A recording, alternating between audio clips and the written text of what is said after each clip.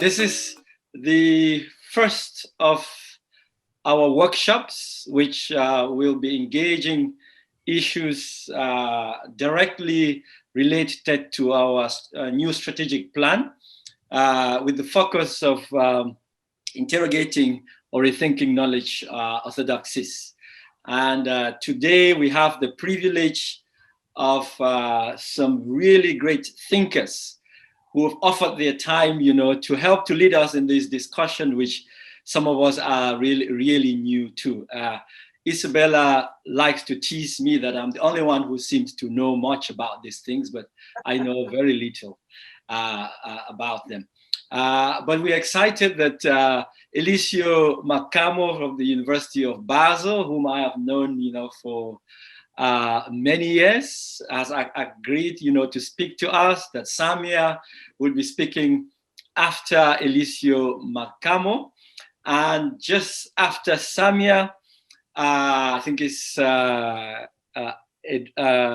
Adriana, and then Alex, and those participating, we have decided that you would have an opportunity to ask questions to the speakers during the breakout sessions. The task for the breakout sessions are just up on your right. So the chat box, please. You can see the task for the breakout sessions. I was asked to start today by asking people to check in with an icebreaker. And we did agree that we're going to ask you one simple question. If you were an SDG, what SDG would you be and why? So we're going to start with Brenda. No pressure then. If I was an SDG, I'd be public health, because I think that might make a very wide improvement for as many people as possible.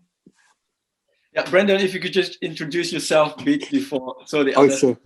I'm Brendan Nichols. I'm Associate Professor in Postcolonial African Studies in the School of English at the University of Leeds, and I'm Acting Director until the end of December of the Leeds University Centre for African Studies, and I've just joined as one of the Leeds members of the Global Africa Group of the Worldwide University Network. I'm very excited to be here today.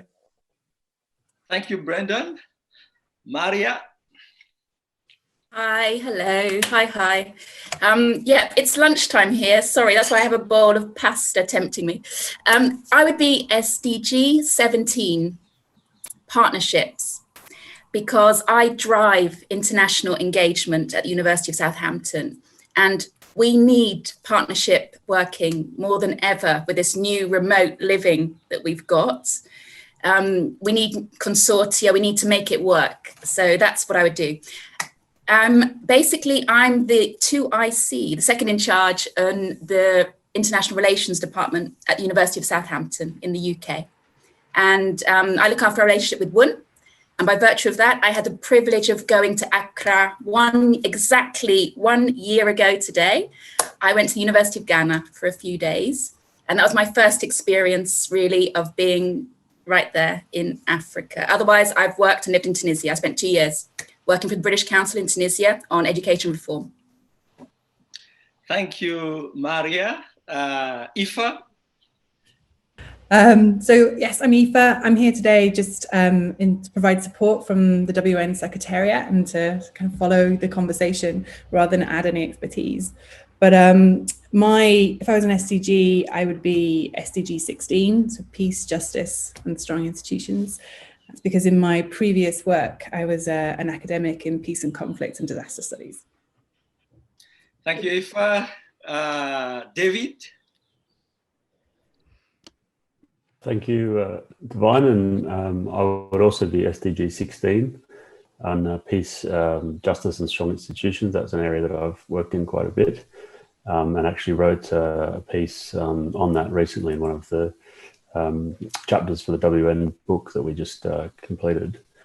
I'm the director of the Africa Research Engagement Centre here at University of Western Australia in Perth, so it's 9 o'clock at night here for me. Thanks. Thank you very much. Elisio is here. Thank you, Elisio, for joining us. We are just going around introducing ourselves and pretending to be an SDG. So, Bukola. Sorry, it took me a while to respond. If I was an SDG, I think I'll probably be an SDG 1 related to poverty, because poverty is the biggest social determinant of health and well-being. And I believe addressing underlying inequities, especially as it relates to income and poverty, will help address many of the broader issues related to other SDGs. Thank you. Hans? Hello, good afternoon, for me at least, to all. Great, yeah, so Han, I work at Maastricht University. I'm directing myself our international project unit, which is developing projects mainly in capacity building, knowledge capacity building in the global south. Yeah, so therefore, because I understand that's one of the questions, to which SDG do you relate? Probably most to 17, the partnerships for sustainable global development, and that's mainly what I'm working on. Yeah. Thank you, Hans. The speakers will have time to introduce themselves when they are speaking. So Isabella, I think I'm going to switch to you straight away, and then after that we'll give Elisio a chance, to speak. It's given that he's going to. Looking forward to hearing other people's SDGs. No. Yes, I have some instructions here about some of the people that can speak and some that are not allowed to speak, and two of those people I've left them out. I would really be interested in Adrian's answer, though, if you can see what he just typed in the chat. That's going off a little bit, but I think that's worth another conversation.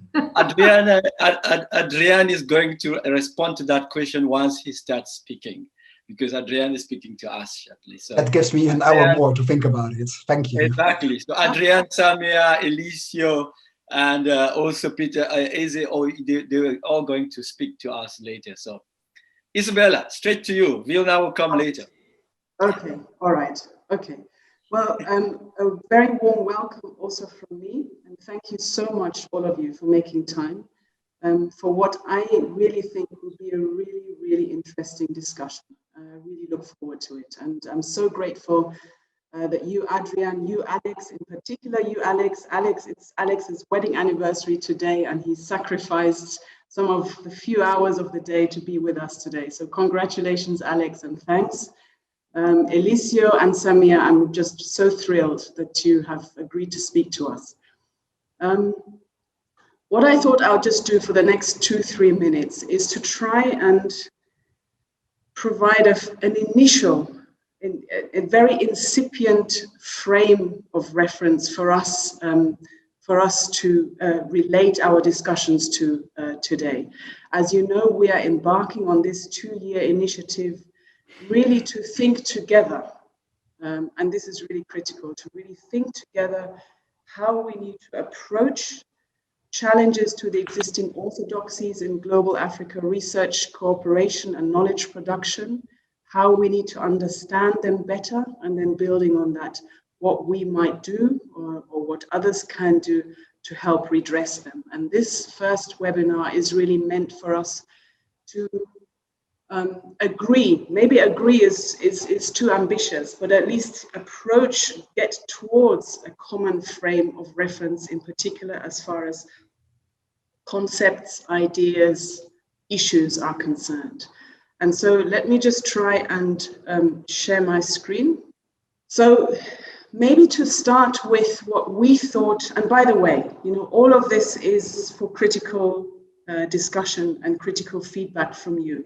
It's very much a suggestion as opposed to anything that's sort of cast in stone. What we thought our points of departure were firstly an understanding or an assumption that there are historically rooted power imbalances and inequities in global Africa research cooperation, including research cooperation around development and in particular sustainable development, and that these inequities and imbalances have negative impacts on the one hand on African scholars, institutions, constituencies and capabilities, on another hand on the relevance and the actual use of evidence to help to support Africa in its pursuit of its own aspirations, and also negative impacts on the global scientific endeavor itself. And from this arises a need for more explicit efforts, perhaps, than have been put forward so far, to redress these imbalances, both within the WUN, but also equally important beyond the WUN. A second set of points of departure was our recognition that there are various emergent or resurgent bodies of debate that are either driven from the continent or from the global north, or both, especially in this decolonial moment that we find ourselves in. But these various bodies of debate have different starting points, different rationales, different ends in mind. They focus on different kinds of imbalances, and the connections and the interrelationships between them and the sum of impacts of their impacts haven't really been fully examined and not really fully understood. And so we feel that there is a need for some kind of a synthesis, a more holistic understanding of these different imbalances and the debates around them and the implications that then emerge for what we need to do differently in terms of research, governance, funding, management, cultures, and practice. And what we thought about is perhaps a very incipient frame which might help us to organize our thinking a little. And we honed in on two things here. One is perhaps to think about the imbalances as layers, you know, in a sort of ecological model, visually presented. I'll come to that in a minute, as well as a set of initial queries that we might want to pose on each layer. So here is just a very simplistic, hopefully not too simplistic representation of what we have in mind when we talk about these layered imbalances in global Africa research cooperation. You know, a layer that has to do with the whole sustainable development frame and the development gaze. You know, you might be familiar with the literature on the white gaze of development, and development as a racial project, racialized project. There is a layer that is concerned with the relative strength and the positioning of African research institutions in the global research ecosystem. There is a layer that is more concerned with collaboration modes in partnerships, you know, in terms of PIs, the leads, the finances, the division of labor, and then the access to rewards within collaborations. Then there is a layer of debate and around imbalances to do with the production of new and the use of existing knowledges, which touch on questions, of course, of epistemology, methodology, and the theorizing, building on those. And then the actual use of knowledge in driving progress, however defined. And then the question of is how this impacts, all of these impact and how they interrelate in terms of Africa's achievement of its own aspirations. And in terms of the initial queries that we thought might be helpful thinking about or having at the back of our minds, when we think about each of these layers, one is to better understand the nature of the imbalances and the drivers of it, the manifestations of the imbalance, and what the impacts or implications are of the imbalance, for whom, for what. Another set of questions obviously concerns how these layers interrelate and what the sum of impacts are that they then have on Africa's prospects broadly defined. And then from then, but we will have to get to this much later, we're not yet there at all, you know, the question about, okay, if we understand this a little better, what and who needs to change, where and how. As I said, today is really a first exploration, really the first step we're taking on this journey. And, you know, as Divine already said, we've divided this session, this workshop into group work where, oh, sorry, please forgive me, I need to go back. What I forgot to say is that obviously in the 4 speakers that we have today, we're going to be touching on most of, especially these colorful layers. All of them will be touched upon by these, by the thinkers we have with us today. And hopefully they will really provoke much discussion around each of these layers. So going back to this, we're going to have group work where we'll, for each of the presentations and each of the thematic areas presented by the speakers, we will try and identify what the key issues are, what the big questions are, and what the main conceptual ideas are. And when we come back in the discussion, unfortunately, we don't have much time. We will try and move towards determining what common understandings we can distill of the above within our group. We will have to identify at least some initial ways forward to further develop our examination, and we'll definitely need to agree on immediate next steps that we're going to take either individually or as a group. And I will stop here and hand back to you, Divine. I'm going to stop sharing.